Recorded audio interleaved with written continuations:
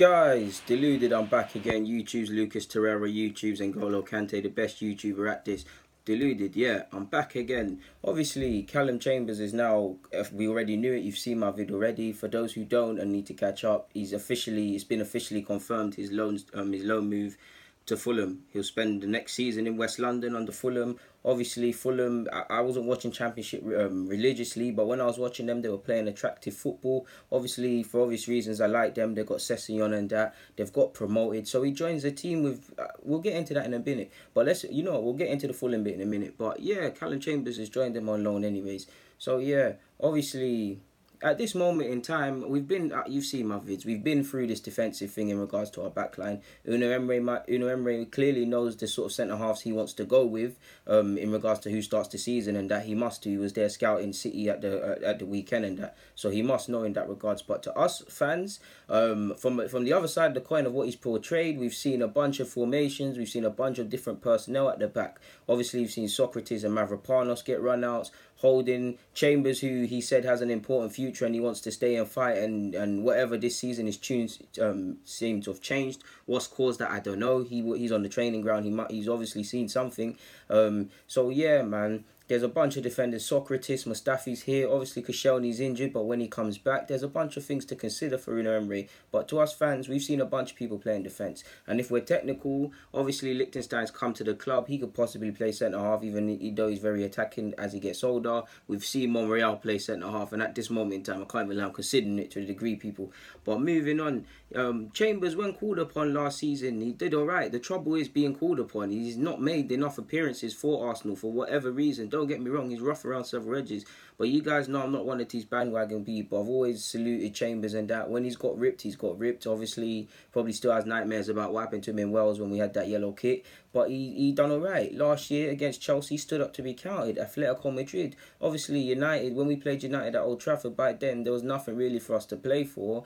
Him and a couple youngsters like Mavropanos and Maitland now stood up to be counted at Old Trafford. And if you're really, really cynical, in recent years, when last have we turned up at Old Trafford in the league and got away with something, to be fair, man? All this success there has come in the FA Cup, and I still remember when it was Adebayor who scored when we won, when we had, again, ironically, in a yellow kit. But yeah, man, he hasn't made enough appearances. Now, last year, he did well last year, like I said, and also need to remember he's had a couple injuries. When he went to Middlesbrough on loan, he definitely got more game time than he did at Arsenal. Had a very convincing loan spell. Had a good partnership with Ben Gibson, who I believe joined Burnley now. Who, when Middlesbrough obviously in the Championship, played in big games. He even filled in at right back on literally a couple of occasions, and then he got injured. This year, well, last season he actually started with some injuries and stuff. But when he got going, yeah, when he was called upon, he's there. But for whatever reason, both Wenger and now Emery have deemed that he's not. At least for this season, he's not in their short-term thinking. So it leads me to ask several questions. Firstly, what's changed your tune? Because you talked him up highly, got another deal for whatever reason. I'm happy he did, but for whatever reason, whether it was to tie down homegrown prospects or whatever, he got a new deal. Said that he's going to be in for with a shout. He got tested out in different roles. Out of Mavropanos and Holding and him, he's got the most experience on the basis of career games. I'm sure Mavropanos might prove me wrong if he's played enough games in his homeland, but if you were to ask me the most experienced of the three, surely it's Chambers. So it leads me to ask several things. What's tipped the balance for you? Because Chambers seemed to, on basis of what you said and how you portraying against Bournemouth and them games there, he was very much in your thinking. Have you seen something else in training from Chambers that's leaded you not to be fully convinced? In the games he's played as well, this counts. What's tipped the scale for Holding and Mavropanos? Because if I look at game time, Mavropanos he's got minutes, but he's kind of been starved in pre-season, and Holding's got a fair. The word fair comes to mind when it comes to Holding's minutes. And Holding, full his potential, he needs to play games, because for me, I like him a lot, but I like his aggressiveness. You remember how he dealt with Costa. I think he's got a big future at this club in some capacity. The problem is he's still learning. He's still at times extremely naive. In particular, not what strikers are able to get the run on him and things like that. Mavropanos, obviously, he's done very well when called upon, minus the red card, but he's still inexperienced. And allegedly, both of them have been wanted by Premier League clubs on loan. Who it was, I don't know if that's actually true. I don't know, but that's what I've seen with the links in it. So to supposedly turn them down, what are you thinking? Like, not even away from just Chambers and what's tipped the balance, who is going to be it? Because now, if you've let Chambers go on loan, depending what happens with a couple of players, we can't assume everybody's going to stay. Some movement might happen at the end of the window, but obviously, Holding's still here. Assuming these players stay at the club past the window closing, Holding, Koscielny to come back. If and when he comes back, I don't know in what capacity he's still to come back. Mustafi, whose career seems to be in the balance, will he go, will he stay? But he's still here. Socrates was obviously just bought. Who else is there? Socrates, Holding, Mavropanos, Mustafi, Socrates. There must be a next man I'm forgetting. Technically you can count, let's just say Monreal in it, but there's around 5 centre halves, possibly 6, that he's deemed, at least at this moment in time. Oh yeah, Chambers turned up against AC Milan people, but yeah, at least he's deemed that these, on the surface of things, these are the centre halves you're going with for the season. So I would love to know what tipped the balance. Obviously, we have to speak about him going to Fulham. It's a good move for him. Like Middlesbrough, I hope it provides him with a lot of game time. But also, it's not going to be a happy camp. Fulham are trying to stay in the league, and I want them to because they play good football. They've signed Seri. They've done good business. They signed Sherlock, signed Seri, Mawson from Swansea, and who could actually form a partnership with Chambers, possibly Mitrovic, who helped them get promoted last year. So they've done a decent bit of business, and the fans with these signings, I don't want to say it's necessarily a given, but they want to stay in the league, or they want to expect a bit more typically. So it's not it's not going to be Chambers of Development FC you're going to play and stuff. You need to compete and things like that, and make Unai Emery forget, maybe remember what you could have been for Arsenal in this current season. You've got to be a constant reminder in his face, every news report, every press.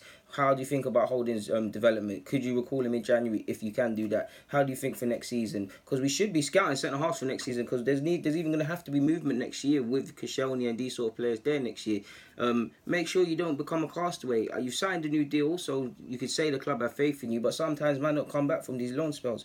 And on top of that, I'd like to see you get back in the England squad. You've got to look to Ruben Loftus-Cheek at Palace to a degree. He went away from Chelsea, got in Southgate's thinking. Southgate knows of your qualities or what you're about because he managed you at under 21s level. So surely you want to get in there with Euro 2020 and the young players playing, and how England done all right at the World Cup and them things. So yeah, obviously Fulham don't have that many centre halves, and you'd like to think he plays regularly. But there's Tim Ream, and there's Marcelo, and I think there's I don't know the guy's name. I think it's Marcelo something. He's Spanish. I think there's around 3 or 4, including him, centre half. So he's gonna have to fight. I don't know if they're gonna play 3 at the back, 4 at the back, or whatever in it. You'd assume they'd probably bring in a centre half or promote a centre half, or there could even be another centre half, and it could be 5. So there's competition, there's expectation. It's a dogfight to stay in the league. So it's a good loan spell, but it's not a happy-go-lucky camp. And them things there. So yeah, for Arsenal, it poses the question: are you going to go for Vida? Did you move him on to get to possibly make room for another centre half? What happened? What tipped the balance? We also can't rule out another one of the young centre halves going on loan. I don't know if that's true or if it will happen, but yeah, man. Hopefully Chambers, in short, people, hopefully Chambers stays fully fit from injuries and he puts in convincing performances. Obviously, 2 games I need you to turn up on: Tottenham away, Tottenham at home. If you can put in a performance there, then I watch Match of the Day and I see you done a madness there, extra brownie points. But yeah, ironically, people, Rio Fonte plays for Fulham as well. I don't know how much they rate him in terms of how much game time he gets at Fulham, but he previously used to play for Arsenal. His brothers, obviously, Jose Fonte, formerly of West Ham and Southampton and Portugal, under Portugal Euro 2020, when did they win that? 2016 European winner in that, innit? So possibly we could have an old player strike against us when we play Fulham. Obviously Chambers won't be allowed to play, but yeah, man, we'll see what happens in regards to the window, especially in regards to Mustafi and this Vida guy from that played for Croatia and plays his football for Besiktas. So yeah, man, guys, deluded, get in the comments, subscribe and do the rest. I'm out. Thank you very much for watching, man.